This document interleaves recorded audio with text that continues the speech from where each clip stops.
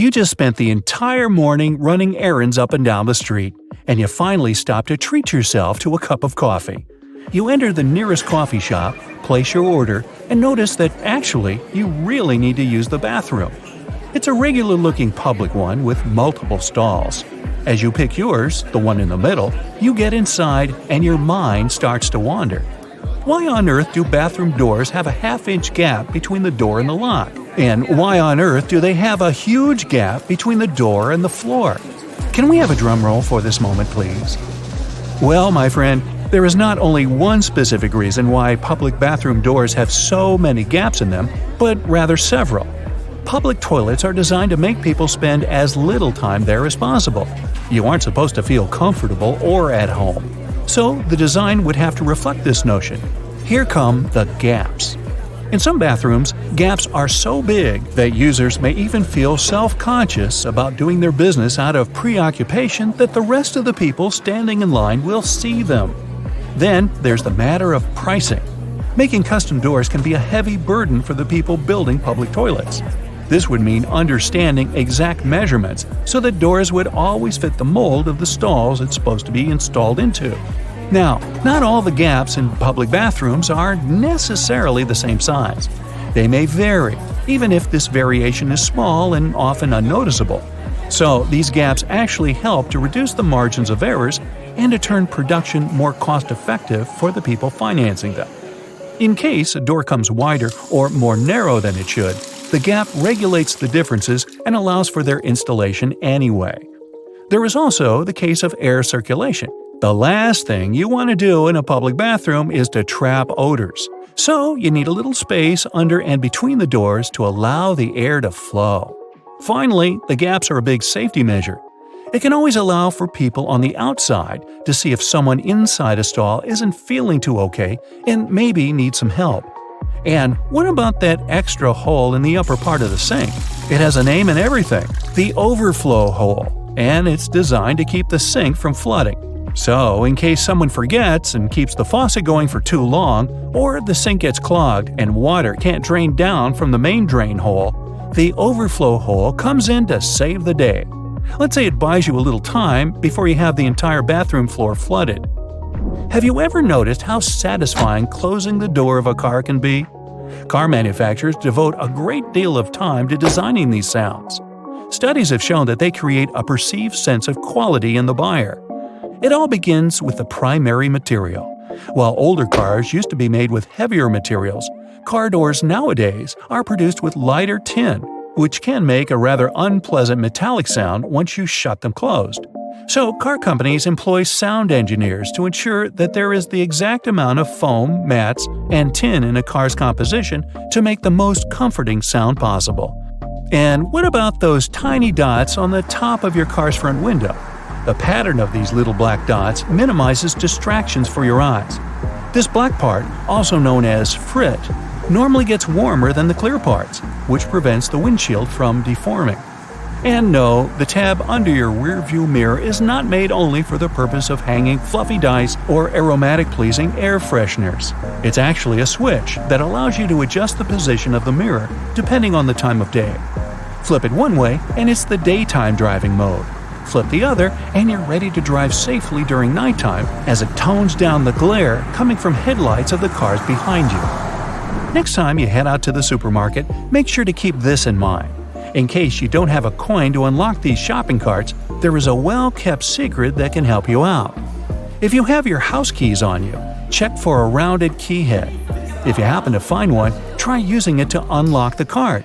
It should fit perfectly in there, replacing the need to carry coins around. Because, if we're being honest, who still has them? Elevators. If you want to ride them on your terms, and your terms only, make sure to try something out.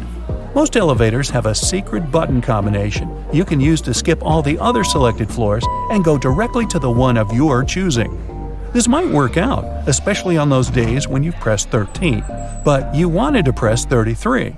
On most elevators, this works once you simultaneously press the closed door button together with your floor number. This should help you get to your floor without stopping.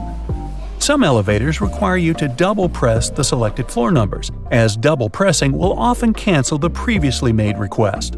while other elevators require you to hold the open door button and then double press the buttons of the floors you'd like to cancel. Now, to stay out of trouble, it's best not to cancel the floors of the other people in the elevator. They won't take it kindly. Also keep in mind that there are elevators that might not have this function. Now, for honey lovers out there, go ahead and raise your hand. If your pot of golden honey is crystallized, know that it is actually a good sign. Crystallized honey means that it hasn't been pasteurized, which means better product quality. With a decrease in temperature, the natural ingredient of honey, also known as glucose, will make it crystallize. Now, try making the best of it. To add some texture to your oatmeal or toast, add a layer of crystallized honey and enjoy nature's sugar. And if you don't like crystallized honey, plop it in the microwave for a minute or two. Winter and fall. You know what this means, right? Sweater weather. But there's nothing more annoying than wearing your beautiful wool sweater and itching yourself all the way through it. Actually, I can be more annoying than that, but let's talk about itchy sweaters. To keep this from happening again, here's the secret. Turn your sweater inside out and soak it in cold water. Add 2 or 3 tablespoons of vinegar and let it sit for a while. Then, drain the water. Now, while the sweater is still wet, massage a generous amount of hair conditioner into the fibers of the wool. After letting it soak in the hair conditioner for about 30 minutes, gently press the excess water out of the wool and leave it to dry flat on a towel. There you go! No more itchy sweater. Any fast food restaurant you go to will hand out small paper cups for customers to fill with their ketchup, mustard, or barbecue sauce. But if you're eating some chicken nuggets or trying to dip your burger into the cup, there's always that bit of sauce that seems impossible to reach. Next time, try unfolding the cup. It'll turn into a small paper plate, and this way you'll get all the ketchup you poured in the first place. Padlocks used in outdoor environments should be cleaned and lubricated every 3 months. Regular lubrication will help prevent padlocks from freezing in cold weather conditions. Look for the tiny hole on the bottom of the lock. Then pour oil into it, and there you go. It opens again.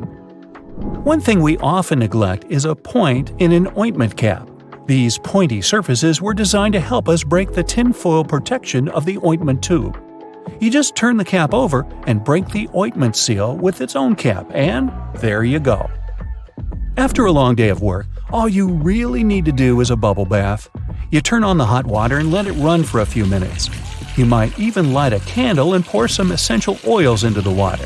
Then, in comes the liquid soap. You stir the water until the entire surface of the tub water is crammed with bubbles and make your way in. The bubbles in a bubble bath have a fundamental primary function. Their job is to preserve the water's temperature, just so you can have warm water for longer. Do you have sweaty feet? Weird question, I know.